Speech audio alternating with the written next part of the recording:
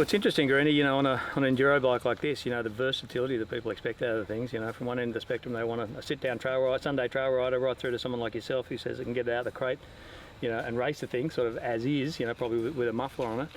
And you've obviously had a little bit of work developing this bike, but let's sort of break it down, I guess, and let's talk about, you know, I guess different sort of terrain at a time. So this little section in here, your stomping ground, mate. You even telling me earlier on you've done it that many times you're going backwards on it now because you're so used to it. But, you know, tight stuff, snotty stuff, little baby's head rollers, but you're in, out, and it requires agility, good feel on the brakes, and I guess trust in your suspension. What's the things that jumped out about the new 250 for you in this area? For me, it's just the balance of the bike. Like, it just, when you come in, there's a couple of big holes and it's really balanced the way it transfers front to rear, and then the way it flip-flops, you know, like there's a little gnarly stump there, Yeah. and to flip away from it, it's super easy, and I've got a good feel of the tyres and feel confident in what I'm doing with it. So for me, it just makes riding that easier.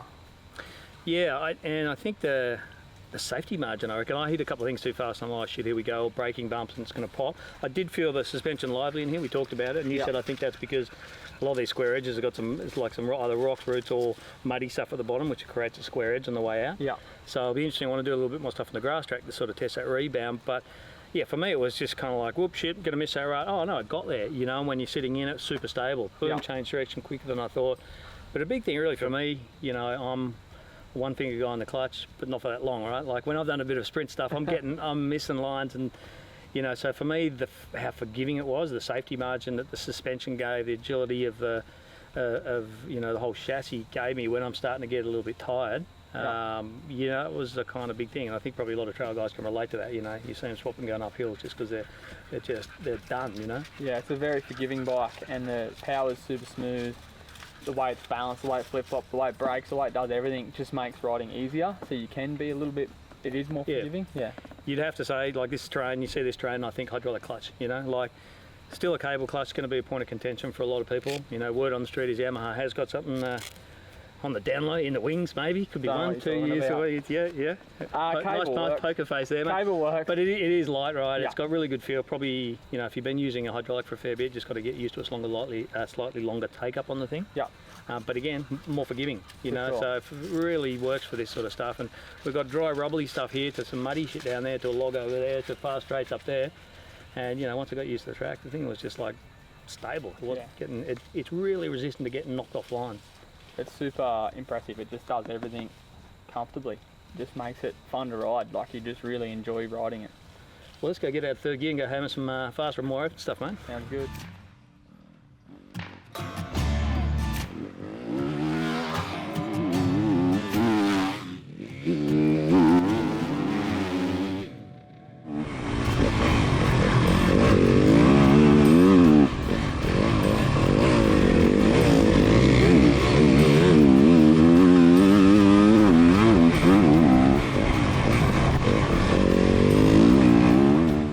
I'm thinking that those collective upgrades with the brakes, like I think the sort of Nissans maybe slipped behind, you know, the Brembos in power and feel probably a little bit a few years back, but I think the combination of all that, they're that good now. They're that, you can stand it on its nose. It's insane, eh? They're pretty impressive. It just stops super quick.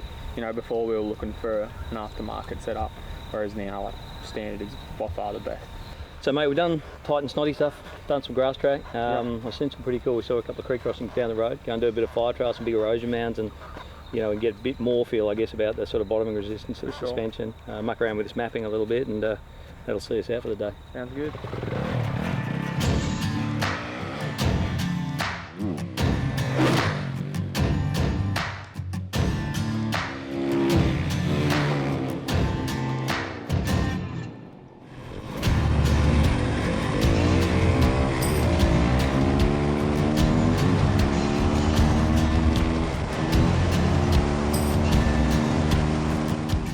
When you think about 250 quarter-litre things, mate, you don't necessarily think of open, big, fast-flowing fire trail like this, but what we cracked down the road, 160 or 155? 155, I got 160 down the hill before I did the brakes, so yeah, 155 with a headwind on that straight. Pretty good for a stock 250 with a stock exhaust, with a, you know, just a competition bung in the thing. It's pretty impressive. Like, that's a lot of people tell me, you know, I need a big board, I did a lot of fire trail stuff, and then I just go, but you're not doing 160 on fire trails very often.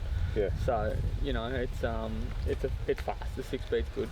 6-speed, I was about to say 6-speed, good spacing. I know it's one and two are fairly close together. It's Yep. kind of just handy, but it actually amazed me for something that is so agile and such tight bush to be able to do 160 down a road. Yeah, and it's really stable at that speed too. Like, Yeah. you don't feel like on edge or, Yeah. you know, it's still real planted and stable and yeah. Well, I remember, I think on the 2021 models, we end up dropping the forks about sort of 5mm through, just because we felt that created a better balance on Yep. both the 250 and 450. But sitting at 105mm sag now, which is what, you know, Peter Payne from Yamaha says, pretty critical sort of setting. Yep. Yeah, you're right, it's crazy stable. Talking about stability, a couple of erosion mounds in here and the fast stuff, like, it's got some bottoming resistance, huh? Yeah, it's fine. I haven't bottomed the forks yet. So. Yeah.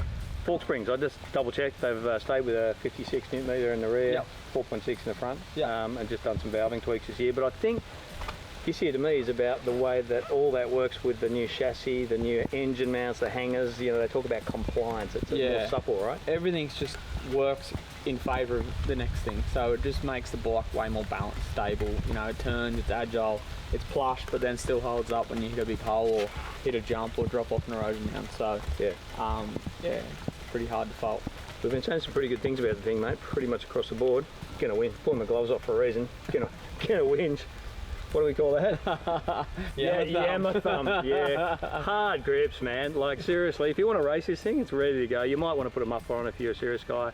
Put some softer, more forgiving grips on the thing. You know, a set of the GYTR radiator guards, which I think is probably the best things made for sure for this bike, and you know, the things are gunner ready to go. That blew me away, how 160 on the road, given what the tight stuff we're doing on the bush. Yeah, it's crazy. The range for a quarter litre is bloody astounding. Yeah.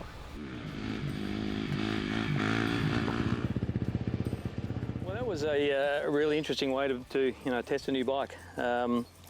Taking into, you know, various different terrains. We did the, you know, the tight, snotty single trail, went out onto the grass track and some more sort of fluffy, faster ones, and then out onto fire trail, and just sort of assessing, you know, the modifications that this bike's had in each of those sort of three areas, and also doing it with Josh Green, you know, one of the for the last well, at least a decade has been one of the front running guys in the Australian off-road race scene. But not only that, he's actually he can actually admit it now. He's been involved in the last couple of years with the development of these WRs in conjunction with the guys in Japan. So, you know, I think as we sort of said so far, it's pretty obvious the bike, you know, they're singing this thing's praises as the most hard-nosed, motocross oriented WR250 there's ever been, and it is. It's lightweight. You know, we put it on the scales at 114.5 with fuel, which takes it back to about 108, which is right there with the hard nose in European bikes. You know, it's pared down. It's really thought out. And even though this year, you know, there's mods to frame, there's mods to engine, a whole lot of components, mapping, etc. You know, they seem sort of like refined on paper. That's what all translates into really big gains. You know, the new Dunlop EN91 tyres, front and rear, FIM spec, but really good in all those three different sorts of terrain.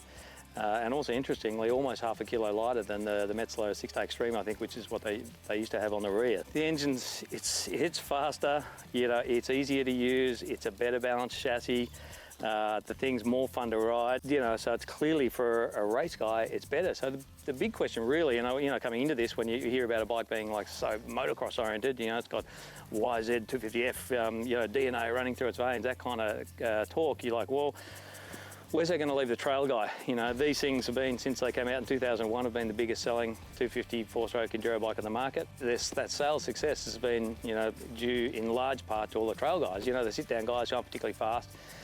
You know, and I was a bit concerned, if it's a better race bike, is it therefore not as good a trail bike? And came in with that mindset, but I'd have to say absolutely not. You know, it's lighter, it's more agile, it's got better brakes, better tyres, engine's easier to use, mapping's on the money. You know, it's so hard to fault. It's plusher than it was last year, and yet it resists bottoming in a way that's pretty incredible. So what that means is it's a broader window. Basically, it suits more people, it's more versatile, and it's more forgiving. So $800 more than the 2021 model, which puts it $13,300, I want to say. $14,900 right away price that the manufacturers are obliged to quote these days. You know, you look at how that compares to the other 250 4-strokes on the market. It's about $200 cheaper than gas, about $1,100 cheaper than a KTM, about $1,700 cheaper than Husqvarna's equivalent. You know, there's a lot to be said about this bike. You know, it's been a huge success story in the Australian market since 2001. You know, we're 20 years down the track now. It's still ripping. This is by far the best one. You know, so much fun to ride. Combine that with all the other refinements I've talked about, and you know, there are so many guys I see out there. So many of my mates are on bigger bore bikes. You know, because I think they need more power. They would be better, faster, and have a hell of a lot more fun buying one of these things. So, you know, I would just sort of say to anyone, get out there and have a go on one of these things because they're bloody good.